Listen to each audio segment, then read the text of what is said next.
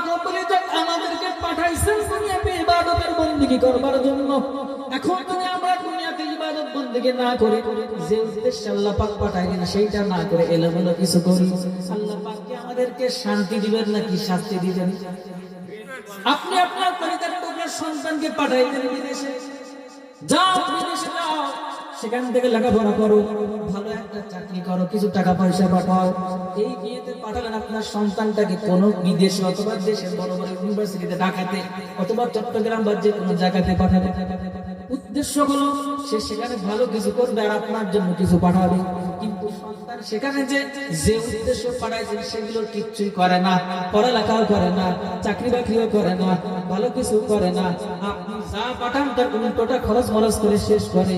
বলেন তো দেখি ওই সন্তানের উপর আপনি খুশি হবেন নাকি বেজার হবেন? একটু কথা বলেন, খুশি নাকি বেজার? এগুলো তো খুব ভালো বুঝতেছি। কিন্তু আল্লাহ পাক আমাদেরকে দুনিয়াতে পাঠাইছেন, তার মানে আমাদের আদি পিতা হযরত আদম আলাইহিস সালামকে পাঠানোর মাধ্যমে। আদম আলাইহিস সালাম তো ছিলেন হলো জান্নাতের মধ্যে, মা হাওয়াও ছিলেন জান্নাতের মধ্যে। শয়তান ধোঁকা দিয়ে বোকা বানায়া আল্লাহ পাকের নিষিদ্ধ ঘোষিত একটা ফল ভক্ষণ করবার কারণে আল্লাহ পাক আমাদের আদি মা বাবা দুইজনকে দুনিয়াতে পাঠিয়ে দিয়েছেন। দুইজনই আল্লাহ পাকের কাছে তওবা করেছিলেন। আল্লাহ পাকের কাছে বলেছিলেন, রব্বানা যালামনা আনফুসানা ওয়া ইল্লাম তাগফির লানা ওয়া তারহামনা লানাকুনান্না মিনাল খাসিরিন।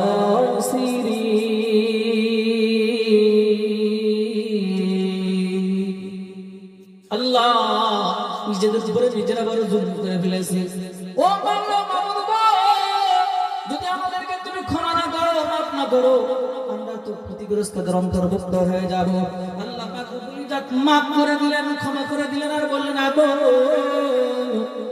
দুজনে দুনিয়ার মধ্যে বসবাস করো, যেখানে খুশি সেখানে যাও, যেমন খুশি তেমন থাকো, আমার নিষিদ্ধ ঘোষিত যত কাজ আছে সেগুলো করবা না। এরপর আবার যখন তোমাদের ইন্তেকাল হবে, রেখে যা বাড়ি ঘর আমি ব্যবহার করব না, ওগুলো তোমাদের জন্যই বরাদ্দ আর তোমার সন্তানদের জন্যই বরাদ্দ। যারা এগুলো ঠিকঠাক মতো আমার হুকুম মতো দুনিয়া একটু চলে আসতে পারবে, আমি আল্লাহ পাক তাদের প্রত্যেক সম্পত্তি, তার মানে তোমার বাপ দাদার সম্পত্তি, জান্নাতকে আবার নতুন করে তাদের জন্য দিয়ে দিব।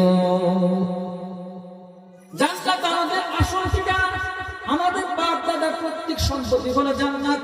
ওখানে আমার আব্বা ছিলেন, ওখানে আপনার আব্বা ছিলেন, ওখানে আমার আপনার মা হাওয়া আলাইহিস সালাম ছিলেন। এই জন্য ওইটা হলো আমাদের আসল বাড়ি। কিন্তু শয়তানের দোকায় করে বোকা হয়ে আজকে আমরা আমাদের নিজের বাপ দাদার প্রত্যেক সম্পত্তির থেকে দূরে আছি।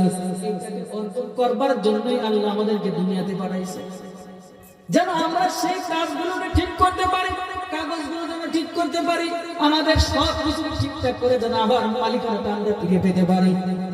কিন্তু মাঝখান দিয়ে আল্লাহ পাক রব্বুল ইজ্জত আমার আর আপনার আদি পিতা মাতার যে শত্রু ছিল, সেই শত্রু তো আমাদের পিছনে আল্লাহ পাক একটু পরীক্ষার জন্য লাগায়া গেছে। এই মানুষটা যখন আদম আলাইহিস সালাম, এই জিনটা, এই শয়তানটা যখন আল্লাহ পাক রব্বুল ইজ্জত আদম আলাইহিস সালামকে বানানোর পর সব ফেরেশতাদেরকে উদ্দেশ্য করে বললেন, ওয়াইজ ক্বালা রাব্বুকা লিল মালাইকাতি ইসজুদু লি আদম ফাসাজাদু ইল্লা ইবলিস আবা ওয়াস্তাকবারা ওয়া কানা মিনাল কাফিরিন।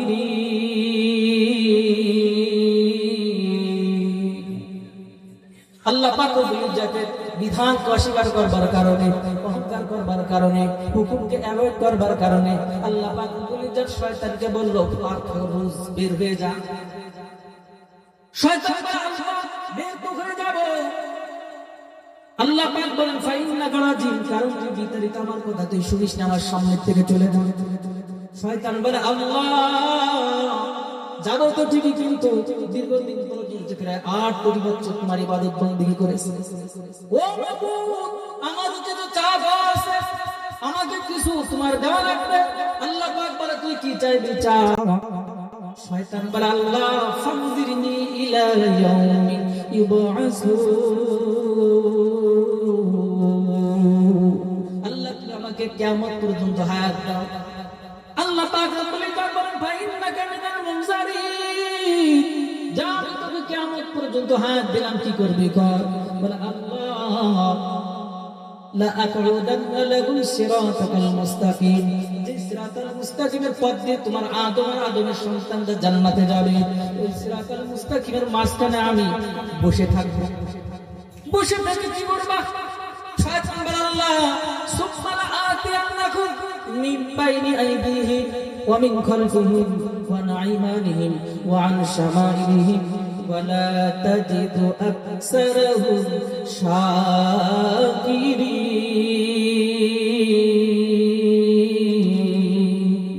বলে আল্লাহ তোমার বনি আদমের সামনের দিক থেকে এসে আমি ঘায়েল করবো, আক্রমণ করবো, পিছনের দিক থেকে এসে আমি ঘায়েল করবো, আক্রমণ করবো, ডান দিক থেকে এসে ঘায়েল করবো, আক্রমণ করবো, বাম দিক থেকে এসে ঘায়েল করবো, আক্রমণ করবো। ওয়ালা তাজিদু, আল্লাহ তুমি পাবা না আকসারাহুম তোমার বনি আদমের অধিকাংশকে শাকিরিন আবিদিন ইবাদতকারী পাবা না। একটু হিসাব মিলান বাবা, হে পর্দার পাগল, এখন প্রায় 850 কোটি মানুষ বসবাস করে, এর মধ্যে 173 বা 72 কোটি মানুষ হলো মুসলমান। আবার এই মুসলমানদের মধ্যে কত পেঁচগোজ আছে। আল্লাহ নবী বলেন বনি ইসরাইলের লোকজন ছিল 72 দল, আমার উম্মত হবে 73 দল। আর এই 73 দলের মধ্যে অনলি ওয়ান, একটা মাত্র দল থাকবে আল্লাহ পাক রব্বুল ইজ্জতের জান্নাতি দল, আর বাকি সব হবে জাহান্নামী। 172 বা 73 কোটি মানুষকে 72-73 ভাগ দেওয়ার পর যা থাকবে এইটা হলো হিজবুল্লাহ, আল্লাহর দল। আর বাকি যারা আছে সব হলো কাদের দল? কতক্ষণ কার দল? শয়তানের দল। একটু হিসাব মেলায় না। আমি মুসলমানদের সবাই ধরে নিলাম যে সবাই ঠিক আছে, 172 বা 73 কোটি পুরোটাই ঠিক আছে। ওই বাকি 850 কোটির মধ্যে এই যে 600 প্রায় 80 বা 70 বা 80 কোটি যে মানুষগুলো আছে, এই মানুষগুলোতে নির্বাচন নিয়ে মুসলমান, মুসলমান মানে তো কাফের, মুসলমান মানে তো মুনাফিক, মুসলমান মানে তো মুশরিক। সুতরাং কাফের, মুশরিক আর মুনাফিক যারা অল্প কিছু হলে বেরা তো মুসলমানদের অন্তর্ভুক্ত না। কথা ঠিক কি ঠিক না? সুতরাং এই যে 600-750 কোটি মানুষ, সারা পৃথিবীর মধ্যে প্রায় 3300 প্রকারের ধর্ম আছে, এর মধ্যে 3299 প্রকারের ধর্ম হলো বাতিল। আল্লাহ পাক রব্বুল ইজ্জত বলে ইন্নাদ-দীনা ইনদাল্লাহিল ইসলাম, আমার কাছে শুধু গ্রহণযোগ্য ইসলামই হলো ধর্ম, আর কোন ধর্ম আমি আল্লাহ পাকের কাছে গ্রহণযোগ্য নয়। এর জন্য আমি যে কথাটা বুঝাইতে চাই, এই যে 850 কোটি মানুষের মধ্যে মাত্র 150 কোটি মানুষ সঠিক পথে আছে, বাকি সবগুলো কাদের পথে যাওয়ার কথা? তাহলে শয়তানদের যে কথাটা আল্লাহর সাথে ওয়াদা করে আসছিলাম, আল্লাহর সাথে টার্গেট দিয়ে আসছিলাম, আল্লাহর সাথে চ্যালেঞ্জ করে আসছিল, তোমার দুনিয়া তোমার অধিকাংশ তোমার পক্ষে যাইতে দিব না, অধিকাংশকে আমার পক্ষে নিয়ে চলে যাব। তার কথার সাথে সে সবকিছু বাস্তবায়ন করতে পারছে কি পারে না? আপনারা একটু বলেন, পারছে কি পারে? একটু হিসাব নিজের কাছে নিজে একটু প্রশ্ন করে দেখেন। আমি যে মুসলমান, আমার বাবার নাম মুসলমানের নাম, আমার দাদার নাম মুসলমানের নাম, নিয়মিত আমি গরুর গোশত খাই, সব কিছু আমার ঠিক আছে, কিন্তু ঘটনা করবে মুসলমান হওয়ার জন্য যা যা দরকার এইগুলোর মধ্যে থেকে কোনটা আমার ভিতরে আছে? আমি কি 5 ওয়াক্ত নামাজটা ঠিক মতো পড়তে পারি? আমি কি ঠিক মতো রমজান মাসে রোজাগুলো পালন করতে পারি? আমি কি আমার উপরে যতটুকু পরিমাণ যাকাত ফরজ হয়েছে ততটুকু কি আমি করতে পারি? আমার উপরে হজ ফরজ হলে কি আমি হজ আদায় করতে পেরেছি? মায়ের মধ্যে আমরা কি একটু পর্দা, যেটা আল্লাহ পাক বলেছেন, আমি কি মানতে পেরেছি? আল্লাহ পাকের কোরআন অনুযায়ী আমি আমার জীবনকে কি সাজাতে পেরেছি? আল্লাহ পাকের কোরআন অনুযায়ী আমি কি আমার পরিবার সাজাতে পেরেছি? আল্লাহ পাকের বিধান অনুযায়ী আমি কি আমার অর্থনীতিকে সাজাতে পেরেছি? আমি কি আমার সমাজকে সাজাতে পেরেছি? হিসাব করতে পেরেছে। কথা ঠিক কি ঠিক? অধিকাংশ ক্ষেত্রে দেখা যাবে অন্যদের কথা বাদ দিয়ে দিলাম, মুসলমানদের মধ্যে এলোমেলো ভাব, শুধু এলোমেলো না, বিরাট এলোমেলো, বিরাট এলোমেলো, বিরাট করণীয় কি? লম্বা কথা বলার সুযোগ আমাদের নাই। একটু খেয়াল করি, আল্লাহ পাক রব্বুল ইজ্জত আমাদের মতো পাপিষ্ট, পাপাচার, গুনাহগার বান্দাদেরকে উদ্দেশ্য করে কোরআনের মধ্যে ডাকতে বলে, ইয়া আইয়ুহাল্লাযীনা আমানু তুবু ইলাল্লাহ। আমাদের মতো মানুষদেরকে উদ্দেশ্য করে বলে, আমাদের তাদের প্রত্যেকটা দিনের মধ্যে আল্লাহ পাকের ইবাদত 24 ঘন্টার মধ্যে হয়তো 2-4 ঘন্টাও করা হয় না, অধিকাংশ সময়টা কাটে আমাদের পাপের মধ্যে। পাপের মধ্যে রাতের বেলায় ঘুমাই, ঘুমানোর আগে মোবাইলের মাধ্যমে গুনাহ করি। দিনটা ভর কত প্রকারের গুনাহ আমাদের দিয়ে হয়। চোখ দিয়ে কত হাজার হাজার গুনাহ করি, জবান দিয়ে কত হাজার হাজার গুনাহ করি। এখন তো জবান দিয়ে গুনাহ করাকে গুনাহই মনে করে না, মিথ্যে কথা বলাটাকে বর্তমান মানুষ এটাকে ক্রেডিটের ব্যাপার মনে করে। যে খুব সুন্দর সাজানো গোছানো মিথ্যা অমুক এমন ভাবে ঘোরায় ঘোরায় বলে মানুষ সব ফা মেরে যায়। আর বোকা দিয়ে মানুষদেরকে বোকা বানাতে বিরাট এক্সপার্ট, খুব ভালো একজন মানুষ। এভাবে আমরা যারা মিথ্যা কথা বলে তাদেরকে আমরা কি করি? তাদেরকে আমরা খুব প্রশংসা করি। ইনকামের দিকে তাকালে দেখা যায় হালাল ইনকামের প্রয়োজন আমরা করে থাকি, হারামটাই বেশি। আবার যারা হারাম ইনকাম খুব সুন্দর করে করতে পারে তাদেরকে আমরা আবার খুব প্রশংসাও করি। মেয়ে বিবাহ বিবাহ দেবে, বাবা শুনতেছে ছেলে কি করে, বলে ছেলে তো খুব ভালো একজন মানুষ, স্কুলের শিক্ষক বা অন্য জায়গায় চাকরি করে। বলে বেতন কত? 15, 20, 22 বা যায় বললো বললো ইনকাম টিনকাম কিছু আছে কি? বলে যে নাই, তাহলে না হবে না, চল। ছেলেটা আমার কোম্পানির চাকরি করে, অমুক চাকরি তমুক চাকরি, 10,000 টাকা বেতন পাই, কিন্তু এদিক সেদিক করে 60-70 হাজার টাকা মোটামুটি মাসে পরে। বলে ঠিক আছে, এটাই হলো আমার মেয়ের জন্য। কথা কোন ঠিক কি ঠিক না? এইভাবে দিনটার মধ্যে অধিকাংশ সময় আমাদের কাটে আল্লাহর ইবাদত দিয়ে না, শয়তানের পথ দিয়ে। আল্লাহ কি জন্য আল্লাহ আমাদেরকে পাঠাইলেন আর আমরা কি করতেছি রে বাবা? ও পর্দার মা গো, আল্লাহ কেন পাঠাইলো? কি জন্য পাঠাইলো? কি করতে পাঠাইলো? আমরা কি করতে গেছি? আমরা কি করতেছি? একজন মানুষ যদি মুমিন হওয়ার পর, মুসলমান হওয়ার পর এক ওয়াক্ত নামাজ ইচ্ছা করে কামায় দেয়, পরিষ্কার হাদিসের মধ্যে ওইভাবে উল্লেখ না থাকলেও উলামায়ে কেরামের ব্যাপারে একমত হয়ে গেছে, এক ওয়াক্ত নামাজ কামাই সমান সমান 2,88,00,000 বছরের জাহান্নাম সহ্য করতে পারবে? কথা বলেন পারবে? অনেকে আমরা মনে করি 2,88,00,000 বছর বলতে আমাদের তুরির বাড়ি কোনো ব্যাপারই না। এরকম মন মানসিকতা না থাকলে নামাজ কামাই দেওয়ার কথা ছিল, নামাজ কামাই দিতে পারবে। একটা কবিরা গুনাহ সমান সমান 7,000 বছরের জাহান্নাম। একটা কবিরা গুনাহ করতে কতটুকু সময় লাগে? রাস্তাতে একজন সুন্দর সরসী রূপসী একজন মেয়ে হেঁটে যায়, একজন যুবতী মেয়ে হেঁটে যায়, ইচ্ছাকৃতভাবে তার দিকে আপনি মনের খায়সাত করার জন্য এক নজর 1 মিনিট ধরে তাকালেন, 30 সেকেন্ড ধরে বা 20 সেকেন্ড ধরে তাকালেন। এইটুকু তাকানোর কারণে আপনার আমলনামায় একটা কবিরা গুনাহ লেখা হলো। আর একটা কবিরা গুনাহ সমান সমান কত দিনের জাহান্নাম? কথা কতদিন? 7,000 বছরের জাহান্নাম। একজন একটা কথা জিজ্ঞাসা করলো, আপনি কথাটা সঠিক বললে বলতে পারতেন, কিন্তু না বলে মিথ্যা বললেন, এটা একটা কবিরা গুনাহ। আয় করতে লাগলো 20 সেকেন্ড বা 1 মিনিট। এই 1 মিনিটের বদলতে আপনার আমলনামায় 7,000 বছরের জাহান্নাম লেখা হলো।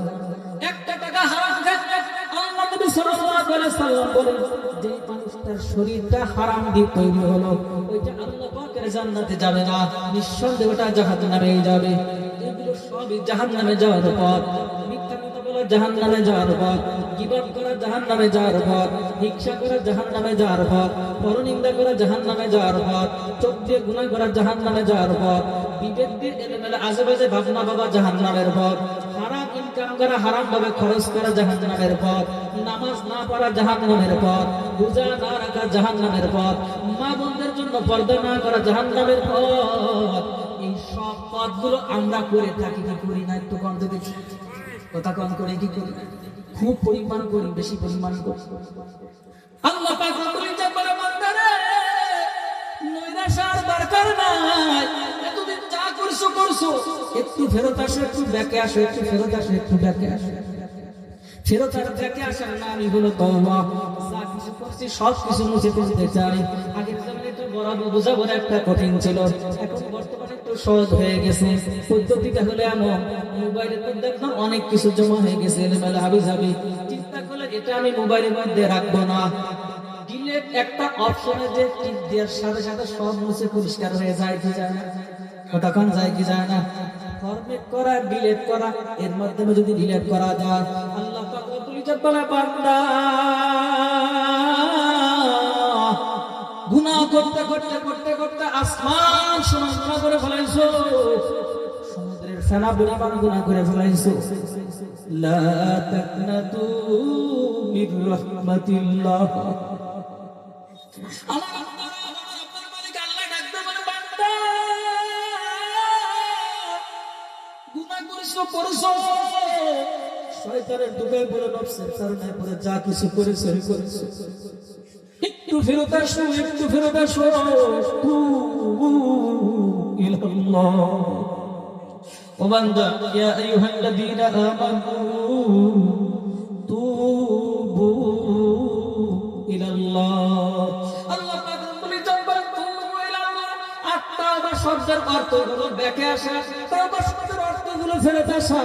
যা কিছু করেছে আমি সব মুছে ফেলতে চাই, আর করব না, করব না, করব না। আমি এখন থেকে পরিপূর্ণভাবে আল্লাহ পাকের আবেদ হতে চাই, আল্লাহ পাকের গোলাম হতে চাই, আল্লাহ পাকের দাস হতে চাই, আল্লাহ পাকের মামুনের আল্লাহ পাকের দাসী হতে চাও। এইভাবে একটু নিয়ত করে আল্লাহর দরবারে খালেস ভাবে ব্যাকে আসার নামই হলো তওবা। আল্লাহ পাক বলে, আপনি বলে দেন, ইয়া ইবাদিয়াল্লাযীনা আসরাফু আলা আনফুসিহিম, আমার বান্দাদের মধ্যে থেকে যারা নিজেদের উপরে নিজেরা বড় জুলুম করে ফেলেছো, গুনাহের মাধ্যমে জুলুম করে ফেলেছো, অন্যায়ের মাধ্যমে জুলুম করে ফেলেছো, চোখের জিনার মাধ্যমে জুলুম করে ফেলেছো, হাতের জিনার মাধ্যমে জুলুম করে ফেলেছো, হারাম খাওয়ার মাধ্যমে জুলুম করে ফেলেছো, হিংসা অহংকার তাকাব্বুর করবার মাধ্যমে জুলুম করে ফেলেছো। যত প্রকারের গুনাহ করো না কেন, আল্লাহ পাক বলেন, বান্দা লা তাকনাতু মির রাহমাতিল্লাহ, মাগফিরাত দার রদ উমিদ আজল লুতফতু, মাগফিরাত দার লুতফ, মাগফিরাত দার রদ উমিদ আজল লুতফতু, যাকে খুদ ফরমুদাইলা তাকনাতু। আল্লাহ পাক বলেন, লা তাকনাতু মির রাহমাতিল্লাহ, আমার রহমত থেকে নিরাশ হও না বান্দা, আমার রহমতের দিকে একটু ফিরে আসো। আমি আল্লাহ পাকের কাছে তওবা করো, ইন্নাল্লাহা ইয়াগফিরুয যুনুবা জামিআ।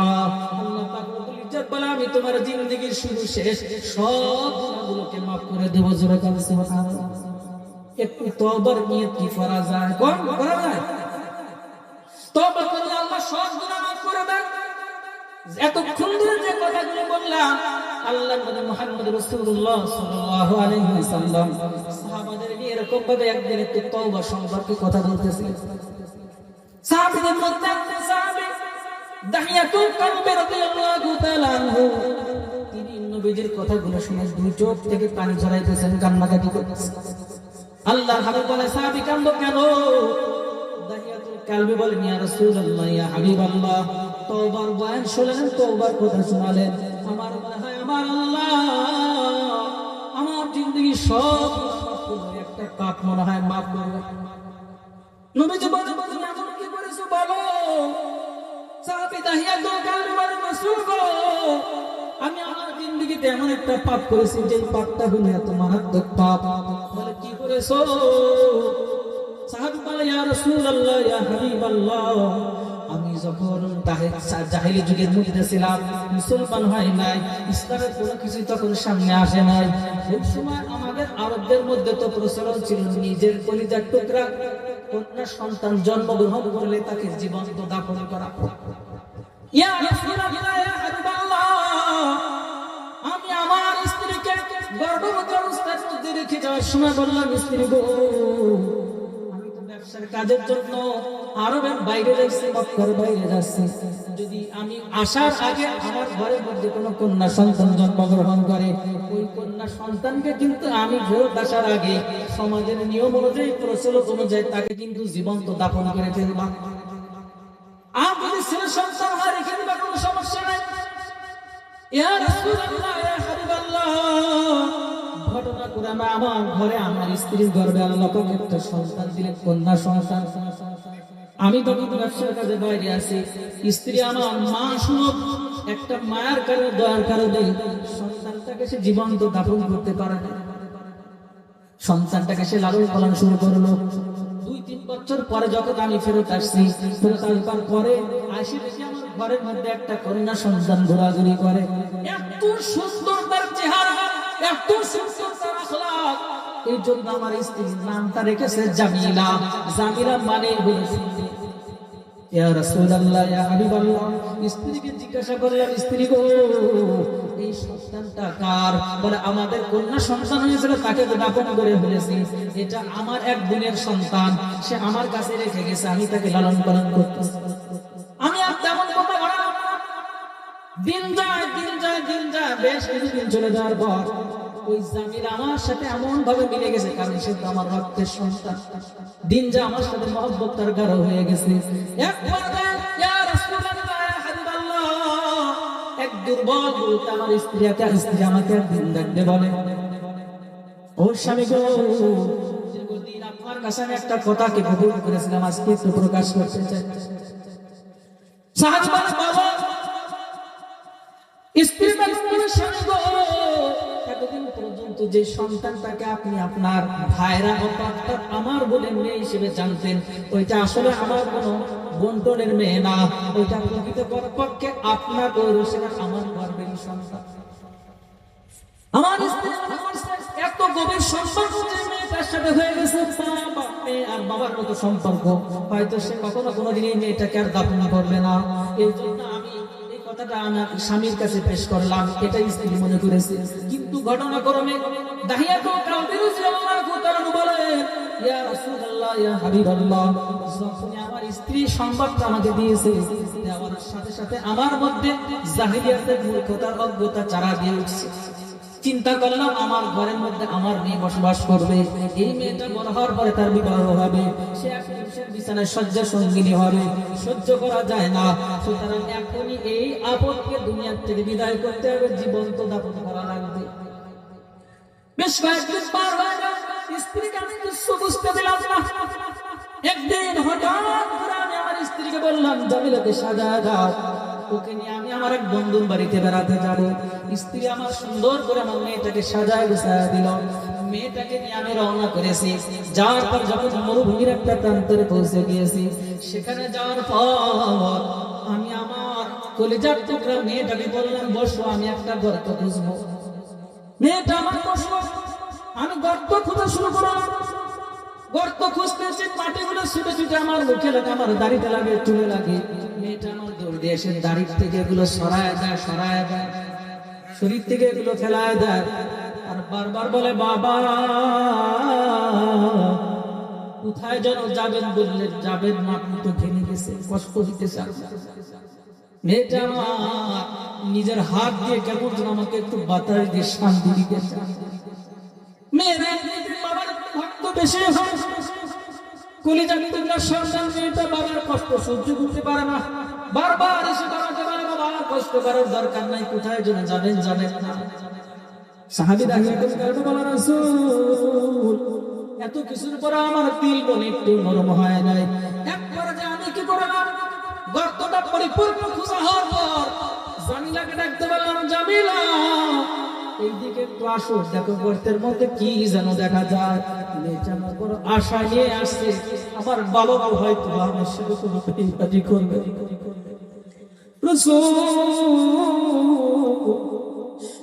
এটা আমার যখন গর্তের পাশে আসছে, আমি বাবা হয়ে আমার মনের মধ্যে কোন মায়া, নবীজি আমি ধাক্কা দিয়ে আমার কলিজার টুকরা সন্তানটাকে গর্তের মধ্যে ফেলায় দিয়েছি। মেয়েটা আমার গর্তের মধ্যে পড়ে বলে, বাবা কি করলে, বাবা আমাকে বাঁচা, বাবা আমাকে বাঁচা। এটা ততক্ষণে বুঝেছে তার কপালে কি ঘটতে চলেছে। সে বারবার বলতেছে, বাবা একবারের মতো আমাকে ছেড়ে দেন, আমাকে বাঁচা। জীবনে কখনো কোনোদিন আপনার এলাকায় কোন মানুষকে বলবো না দাহিয়া আমার পিতা, কোনদিন কারো কাছে আমি আপনার পরিচয় দিব না। একবারের জন্য আমাকে একটু ছেড়ে কোথাও পারাদার শুরু করবে। রাসূল গো, আমার দিলের মধ্যে একটু কোনো মায়া আসে নাই, দিলের মধ্যে একটু কোনো মহব্বত আসে নাই।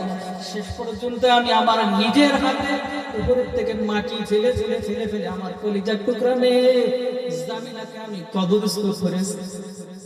রাসূল ইসলাম পর কালিমা পড়ে মুসলমান হওয়ার পর থেকে এখনো পর্যন্ত আমার কানের মধ্যে আমার জাবিলার আওয়াজ ভাসে, বাবা আমাকে বাঁচাও, বাবা আমাকে বাঁচাও। রাসূল দীর্ঘক্ষণ পর্যন্ত আপনি তওবার বয়ান করেছেন, আমার মনে হয় আমার জিন্দেগি সব গুনাহ আল্লাহ পাক মাফ করলেও এই কলিজার টুকরা নিষ্পাপ মাসুম কলিজার টুকরা সন্তানটাকে হত্যা করবার মতো গুনাহ আল্লাহ মনে হয় মাফ করবে না। সাহাবারা তাকায় দেখেন রাসূলের চোখেও পানি। আল্লাহ খালি বললেন, ও সাহাবীরা এত কাল সত্যিকারে তুমি যে নির্মম ঘটনার কথা বলেছো আসলে আমার যোগ্য হওয়ার কথা না, কিন্তু তুমি কি কোরআনে পাক থেকে এগুলো পড়ো নাই? আল্লাহ পাক রব্বুল ইজ্জত বলেন, কুল ইয়া ইবাদিয়াল্লাযীনা আসরাফু আলা আনফুসিহিম লা তাকনাতু মির রাহমাতিল্লাহ ইন্নাল্লাহা ইয়াগফিরুয যুনুবা জামিআ مغفرة در ردومی دازلت فتو مغفرة در ردومی دازلت فتو زاکے خود کرمو دائلا تکناتو یا رسول اللہ یا حبیب اللہ আপনার কথা আমি বুঝেছি, তারপর বলেন আমাকে কি ক্ষমা করা হবে? আল্লাহ হাবিব বলেন, সাহাবীরা একজন বান্দা যদি কুফরি করবার মতো গুনাহ করে থাকে, শিরক করবার মতো গুনাহ করে থাকে, যত বড় গুনাহ আল্লাহর দরবারে করে থাকুক না কেন, দিল থেকে পিওর হয়ে খাঁটি হয়ে যদি কোনো ব্যক্তি আল্লাহ পাকের কাছে তওবা করে, আল্লাহ পাক তার জিন্দেগীর সব গুনাহগুলো maaf করে দেয়। জোরে বলেন সুবহানাল্লাহ। আল্লাহ পাক রব্বুল ইজ্জত সূরা তাহরিমের মধ্যে বলেন, ইয়া আইয়ুহাল্লাযীনা আমানু তুবু ইলাল্লাহ ও আল্লাহর বান্দা, আল্লাহর বান্দা মুমিন যতই গুনাহ করো না কেন, তুবু ইলাল্লাহ আল্লাহর দিকে ফেরত আসো, আল্লাহর দিকে ফেরত আসো, তওবা করো। কেমন তওবা?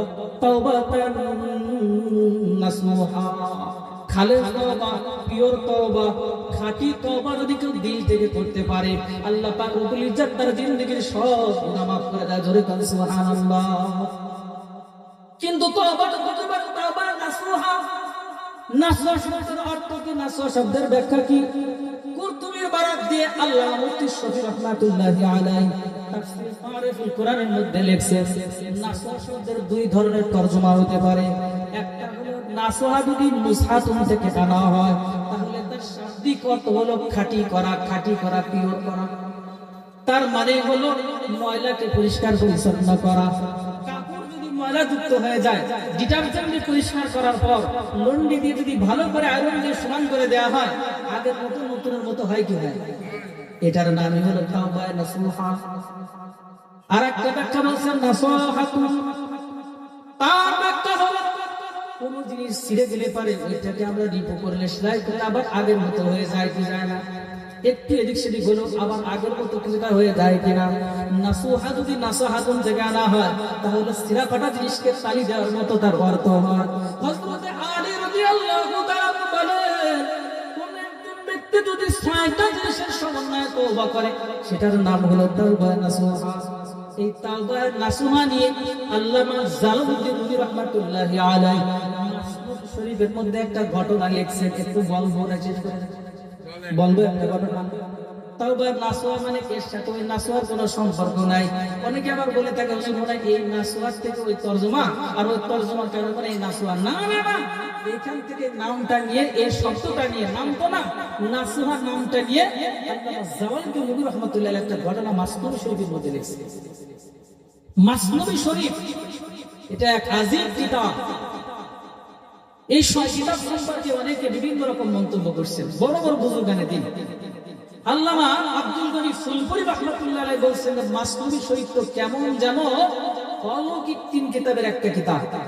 অলৌকিক তিনটা কিতাব, একটা আল্লাহর কোরআন অলৌকিক, আর একটা হলো বুখারী শরীফ অলৌকিক, আর একটা হলো মাসনুদ শরীফ, এটাও অনেকটা অলৌকিক। এটার মধ্যে এমন কিছু বিষয় আছে যা মানুষের দিল মনকে আল্লাহর দিকে ঝোঁকা দেয়। সুবহানাল্লাহ। কেউ কেউ তো বলছেন মাসনুদ শরীফ এমন একটা কিতাব, এই কিতাবকে তেলাওয়াত করলে আল্লাহ পাকের জিকির করার মতো সওয়াব পাওয়া। এত বড় দামি একটা কিতাব, মাসনবী শরীফ আল্লামা জালালউদ্দিন রুমি রাহমাতুল্লাহ আলাইহি লিখছেন নাসওয়া নামক এক ব্যক্তির একটা ঘটনা, একটু শুনলে দিলটা পরিষ্কার হবে এবং তওবার প্রতি মনটা উদ্বুদ্ধ হবে। নাসওয়া নামক এক ব্যক্তি, যেই লোকটা সিহার সুরত দেখতে শুনতে সব কিছু মেয়েদের মতো, কিন্তু আসলে সে পুরুষ মানুষ, আসলে পুরুষ, কিন্তু দেখতে শুনতে মহিলা মানুষের মতো, হুবহু মহিলা মানুষের মতো। রাস্তা দিয়ে একদিন যাচ্ছিল, হঠাৎ করে মাইক থেকে আওয়াজ, ঢোল নগর পিটায় পিটায় এলান করা হচ্ছে রাজ দরবারে রাজার মেয়েদের জন্য, রাজার স্ত্রীর জন্য খাদেমা নিয়োগ দেওয়া হবে, যাদের কাজ হবে রাজার মেয়েদের গোসল করানো, তেল টেল লাগায় দেওয়া, শ্যাম্পু লাগায় দেওয়া, ইত্যাদি ইত্যাদি ইত্যাদি। এবার নাসু চিন্তা করেছে খুব ভালো একটা অফার, একটু কাজে লাগানো যায় কিনা। কি কাজে? এই চাকরিটা যদি নিতে পারি বেতন তো পাওয়া যাবেই যাবে, মাঝখানে আবার এদিকে পুরুষ মানুষের মেয়েদের সাথে থাকবার বিরাট একটা সুবর্ণ অফার, কাজে লাগানো যায় কিনা। ইন্টারভিউতে যারা নাম লেখাইছে তার মধ্যেও নাম লেখাইছে। নাম লেখানোর পর যখন ইন্টারভিউ দিতে গেছে, যতক্ষণ সে চাকরি হয়েছে নাসু চাকরি হয়ে গেছে। ডিউটি হলো রাজার মেয়েদের সাবান লাগায় দেওয়া, শ্যাম্পু লাগায় দেওয়া, গা ভালো করে ডলে ডলে পরিষ্কার করা। পুরুষ মানুষ যদি মহিলাদের ক্ষেত্রে এরকম একটা জিম্মাদারি পায়, আর কিছু লাগে? শয়তান মানুষের ক্ষেত্রে আর কিছু লাগার কথা না। ও এরকম কায়দার চাকরি খুব খুশি, মন খুশি, ইনকাম হচ্ছে, আবার সুযোগ সুবিধা ভালো। আল্লাহু আকবার। রাস্তাতে একদিন যাইতেছে, এরকম এক মজলিসের মধ্যে তওবার বয়ান হচ্ছে, গুনাহের বয়ান হচ্ছে, গুনাহের বয়ান, আর গুনাহের বয়ানের সাথে তওবার বয়ান শোনার পর নাসুর দিলটা চেঞ্জ হয়ে গেছে। কি গুনাহের মধ্যে জীবনটা কাটাচ্ছি, হঠাৎ করে তওবা না করে মরণ হয়ে যায়, জাহান্নাম ছাড়া তো কোনো পথ বাকি থাকবে না। তওবা করা দরকার, নিয়ত করে রাজপ্রাসাদে ফেরত আসছে তওবা করবে। কিন্তু এখানে আমরা ওই সুন্দরী সুন্দরী রাজার মেয়েদের দেখে আবার দিল চেঞ্জ, যে না থাক, পরে করবো না তওবা। এই কায়দা দিন যায় রাত যায়, দিন যায় রাত যায়, মনের মধ্যে বিরাট অশান্তি, বড় কষ্ট। তওবা করা দরকার। আবার তওবা করতে গেলে পরে এই সব কিছু ছেড়ে দেওয়া লাগে। সবকিছু মিলে তওবা করার মতো মন তৈরি হলো, তওবা কি করতেছে। আল্লাহ পাক রব্বুল ইজ্জতের বান্দাকে কবুল করছে। তওবা করানোর জন্য আল্লাহ পাক এক ঘটনা ঘটায় দিয়েছে। রাজপ্রাসাদের শাহী মহল থেকে রাজার কোন একটা মেয়ে বা স্ত্রী দামি একটা স্বর্ণের হার বা কোন একটা দামি নেকলেস হারায় গেছে, অনেক দামি। এখন খোঁজ খবর নেওয়া শুরু হয়ে গেছে, রাজ দরবারে এলান হয়ে গেছে, চতুর্দিকে সব গেট সব বন্ধ করে দাও, যারা ভিতরে আছে সবাইকে চেক করা হবে। সব গেট সব জায়গা যখন বন্ধ হয়ে গেছে, ঘটনা ঘোষণা আসছে, পুরুষদেরকে পুরুষরা চেক করবে আর মেয়েদেরকে চেক করবে মেয়েরা। এখন যারা চুরি করে নাই তাদের কি কোনো টেনশন আছে? কিন্তু একজন মানুষ চুরি না করেও টেনশনে আছে, সে কিটা চুরি না করেও কি টেনশন। কিসির টেনশন বলেন তো দেখি? এখন তো গোমর কি হয়ে যাবে, ফাঁস হয়ে যাবে যে এতদিন পর্যন্ত পুরুষে রাজার মেয়েদের শরীরের অঙ্গ প্রত্যঙ্গে হাত তোলাইছে, এখন চুরির অপরাধ তো করে থাকলো, এত বিনা চুরিতে একে একদম দড়ি ছাড়া ফাঁসি দিয়ে কথা কান ঠিক কি ঠিক না? নাসু এবার প্রেশারের মধ্যে পড়ে গেছে, টেনশনের মধ্যে পড়ে গেছে, কপাল তো এবার করছে কি করা যায়। চেকিং শুরু হয়ে গেছে, চেক করতে করতে করতে প্রায় নাসুর কাছে যখন পৌঁছে গেছে, নাসু তখন পরিপূর্ণভাবে আল্লাহর দরবারে ধরা দিয়ে দিয়েছে। কেমন ধরা? আল্লাহ পাক রব্বুল ইজ্জতের কাছে বলে, আল্লাহ ও মাবুদ গো, দীর্ঘদিন ধরে নিয়ত করছি তওবা করব, কিন্তু সুযোগ আমার হয় না, সিস্টেমের পদ্ধতিতে আমি পড়ি না। আজকে যে ধরা পড়েছি মাবুদ গো, সব গোবর আমার ফাঁস হয়ে যাবে, আমাকে ফাঁসির কাস্টে ঝুলানো হবে। ও মাবুদ গো, খালেজ দিলে তওবা করতেছি, ধরে মধ্যে একটা বাঁচার ব্যবস্থা করে দাও। আল্লাহর দরবারে এমন ভাবে ধরা দিয়েছে, এমন ভাবে তওবা করেছে মন থেকে, আল্লাহু আকবার বলে চিৎকার দিয়ে বেহুশ হয়ে গেছে। আল্লাহ পাকের দরবারে তওবা মঞ্জুর হয়ে গেছে। ওর কাছে আসার আগে আগে রাজপ্রাসাদের মধ্যে চিল্লাচিল্লি হই হুল্লা শুরু হয়ে গেছে। দামি হারটা যে হারায় গিয়েছিল সেই হারটা পাওয়া গেছে। সুবহানাল্লাহ। নাসুর বন্ধুটা সাধ্য প্রয়োজন পড়ে নাই। আল্লাহু আকবার। এরপরে ওই লোকটার ব্যবসা দেখে লোকজন সব মিলে এসে পানি টানি ঢালা শুরু করছে মাথায়। যখন বুঝতে পেরেছে হার তো পাওয়া হয়ে গেছে, চেক করার প্রয়োজন পড়ে নাই, গোমর তো ফাঁস হয় নাই। এখন সবাই বলে কেমন আল্লাহর ওলি, কেমন ভালো মহিলার মহিলা, যে পুরুষ মানুষ পুরুষের চেক করতে তো সমস্যা নাই, মহিলারা মহিলাদেরকে চেক করছে তাতেও সমস্যা নাই। আরে কেমন একজন ভালো মহিলা, মহিলাদের চেক করাতেও রাজি না, সে কেমন চিল্লানিতেছে যে আমি তো আমার সব ইজ্জত সব দেখে ফেলবে। এই তো সাংঘাতিক মহিলা। রাজদরবার থেকে ঘোষণা আসছে যে এর প্রমোশন বাড়ায় দাও, বেতন বাড়ায় দাও, ভাতা বাড়ায় দাও, সুযোগ সুবিধা সব বাড়ায় দাও। নাসুকে প্রস্তাব দেওয়া হয়েছে।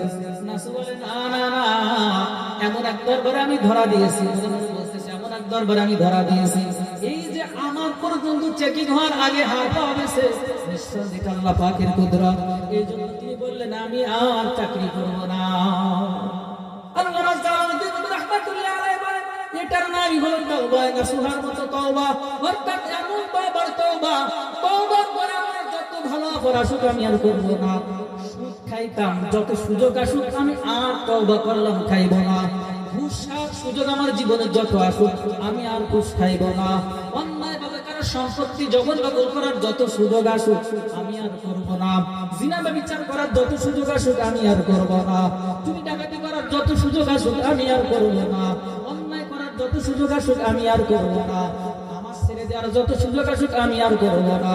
ওরা যুবক নিয়ত করে না, খালিস দিলে তওবা করে না, আর যত আমার জিনা ব্যভিচারের সুযোগ আসুক আমি আর করব না, আর অন্যায় করব না, আর হারাম ভাবে সম্পর্ক করব না, আর মদ খাইব না, গাঁজা খাইব না, ইয়াবা খাইব না, ট্যাবলেট খাইব না, হারাম ভাবে চলব না, হারাম সম্পর্ক করব না, হারাম ভাবে কিচ্ছু করব না, নামাজ ছাড়ব না, ইবাদত ছাড়ব না, আল্লাহ পাক বলিতে তাসবিহ তাহলিল ছাড়ব না, কোরআনে কারীমের তেলাওয়াত শিখব, কোরআনে কারীমের তেলাওয়াত নিয়মিত করব, সুন্নাত মোতাবেক দাড়িটা রাখব,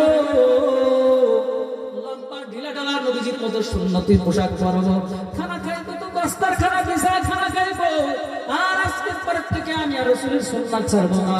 ঘুমাইতে যাইব তো ডান কাতে আমি শুইব, ঘুমানোর সময় দোয়া পড়া যা আছে দোয়াটা আমি করব, ঘুম থেকে উঠে আমি দোয়াটা করব, বাথরুমে যাইব বাম পা দিয়ে ঢুকবো, ডান পা দিয়ে বের হব, ঢুকবার সময় যে দোয়া আছে আমি সেটা করব, বের হওয়ার সময় যে দোয়া আছে সেটা করব, নিয়মিত মসজিদে যাইব, ডান পা দিয়ে ঢুকবো, বাম পা দিয়ে বের হব, নিয়মিত আমি আল্লাহ পাকের তাসবিহ তাহলিল পাঠ করব। কোরআনে কারীম যদি না শিখে থাকে আল্লাহ পাকের কাছ থেকে, আল্লাহ পাকের কালাম শিখবার জন্য ইমাম সাহেবের কাছ থেকে কোরআন শরীফ শিখে নিব। নিয়ত একটু করা যায় ইনশাআল্লাহ। একটু তওবা করলে আল্লাহ পাকের সিস্টেমের বিধান হলো যে ব্যক্তি খালেস দিলে তওবা করে, নবীজি তার সম্পর্কে হাদিসের মধ্যে বলেন তাইবু মিনাল যামবি কামান লা যামবা, যে ব্যক্তি কোনো গুনাহের থেকে তওবা করে, আল্লাহর নবী বলেন কেমন যেন তার দিলের মধ্যে কোনো গুনাহ নাই। তওবা করা মানে কেমন যেন তার গুনাহ নাই, তওবা করা মানে কেমন যেন তার গুনাহ নাই। এই জন্য আজকে এ পর্যন্ত হয়ে যাওয়া সব গুনাহ থেকে তওবা করতে রাজি আছে কে কে? আল্লাহকে দেখা দেয় আল্লাহু আকবার। খালেস দিলে যদি একটু তওবা করতে পারেন না বাবা, আল্লাহ পাক রব্বুল ইজ্জত সব গুনাহকে মাফ করে দিতে রাজি আছেন। দিবেন ওয়াটে বনি ইসরাইলের মধ্যে আল্লাহ পাকের এক বান্দা, যুবক ও যুবক ও যুবক একটু খেয়াল করো, এত বড় গুনাহগার, এত বড় গুনাহগার, পাপের এমন কোন শাখা নাই যে সে করে নাই, সব প্রকারের পাপ ওই লোকটা করছে, যুবকটা করছে। এত বড় গুনাহগার, এত বড় খারাপ আর এত বড় বেয়াদব, সমাজের লোকজন মিলে সবাই একজোট হয়ে বলছে যে এই ছেলেটাকে সমাজ থেকে বিতাড়িত করতে। মুসা আলাইহিস সালামের দরবারে যে বলে নবী মুসা গো, এই ছেলেটাকে সমাজ থেকে বিতাড়িত না করলে আমরা ছাড়বো না। আল্লাহ নবী মুসা বললেন ঠিক আছে, 4 হাত পা বাঁধে জঙ্গলের মধ্যে ফেলায় দে, 4 হাত পা বাঁধে জঙ্গলের মধ্যে ফেলায় দে। যুবক 1 দিন 2 দিন 3 দিন পর্যন্ত গড়াগড়ি করে কাটাইছে। এখন খাবার নাই, পানিও নাই, কোনো কিছু নাই, মৃত্যুর সময় ঘনা আসছে, মৃত্যুর সময় একদম ঘনা আসছে। এমন অবস্থার মধ্যে যুবক আল্লাহ পাক রব্বুল ইজ্জতকে চিনে ফেলাইছে। আল্লাহ পাক রব্বুল ইজ্জতকে ডাকতে বলে আল্লাহ, এই করুণ কঠিন মুহূর্তে আমার কেউ পাশে নাই, কেউ পাশে নাই, কাউকে পাবো কিনা আমার জানা নাই, কিন্তু আমি তো এতটুকু মুসা নবীর মুখে মাঝে মাঝে শুনেছি যে যদি কোনো মানুষ দুনিয়ার কোনো মানুষের কাছে কোনো প্রকারের হেল্প বা সাহায্য পাক আর না পাক, একবার যদি আল্লাহ পাকের কাছে হেল্প বা সাহায্য চায়, আল্লাহ পাক নাকি তার ডাকে সাড়া দেয়। আল্লাহর বান্দা যুবক আল্লাহ পাক রব্বুল ইজ্জতের দরবারে উপস্থিত হয়েছে, দিল উপস্থিত করেছে। আল্লাহকে ডাকতে বলে, মাবুদ গো, আমি পাপিষ্ঠ পাপাচারী, এমন করে কোন প্রকারের পাপ নাই, জানি করি নাই। এই পাপগুলোকে মাফ করলে যদি তোমার রহমান রহিম আর গফফার গফুর নামের কোনো ক্ষতি না হয়, দেখো তো আমাকে একটু মাফ করা যায় কিনা। আল্লাহর বান্দা আল্লাহ তাআলা যখন এরকম খালেস দিলে তওবা বলি নিয়ে, তওবার কথা নিয়ে আল্লাহ পাকের সামনে বলেছে, আল্লাহ পাক রব্বুল ইজ্জত যুবকের কথাটা এত ভালো লেগেছে, এত পছন্দ হয়েছে, আল্লাহ পাক রব্বুল ইজ্জত শেষ মুহূর্তে ওর জিন্দেগীর সব গুনাহগুলোকে মাফ করে দিয়েছে।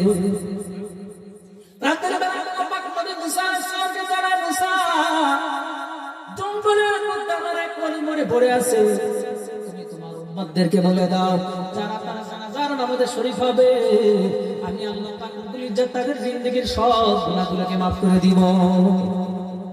নবী মুসা সবাইকে ডাকতে বলে, দৌড়ে আসো, বিশাল এক খুশির সংবাদ, বিশাল এক অফার, আল্লাহ পাকের এক ওলি নাকি জঙ্গলের মধ্যে পড়ে আছে, যারা তারা জানাজায় শরীক হবে, আল্লাহ পাক তাদেরকে ক্ষমা করে দিবে।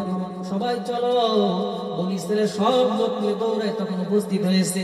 সারা জঙ্গল কিন্তু কোথাও কোনো আল্লাহর লাশ পায় নাই, দেখে সেই তাদের ছেলে জারুল যুবকটার লাশ পড়ে আছে। উম্মত জিজ্ঞাসা করে, মুসা, এ কি দেখলাম, এ কে আর এই তো বিরাট বড় পাপিষ্ঠ আর পাপাচারী যুবক।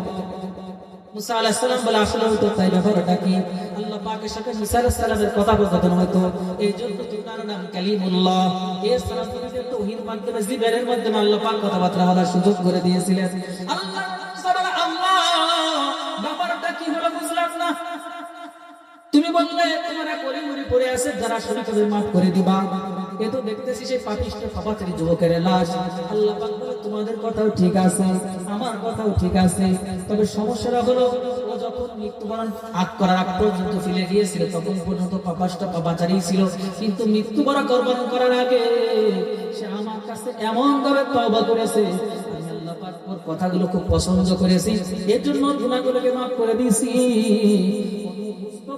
এর সম্পর্ক অভিজ্ঞতা নাই, ওর চাওয়াটা আমার কাছে এমন ভাবে ছিল, ওর কান্নাটা আমার কাছে এত পছন্দনীয় হয়েছিল,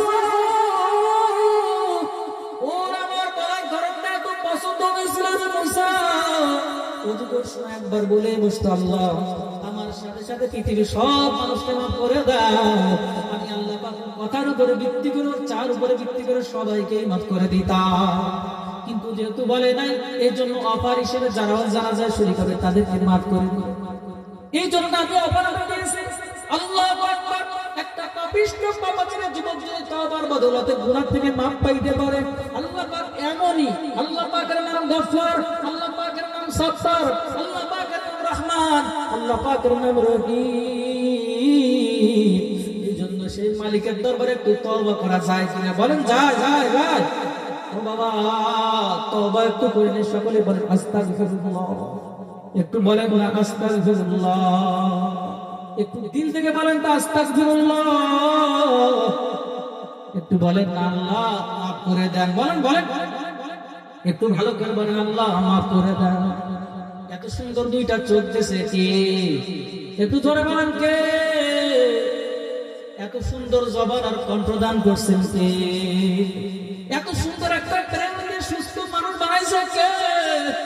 দুইটা সুন্দর হাত দিয়েছে কে? এত সুন্দর দুইটা পা দিয়েছে কে? এত সুন্দর দুইটা কান দিয়েছে কে?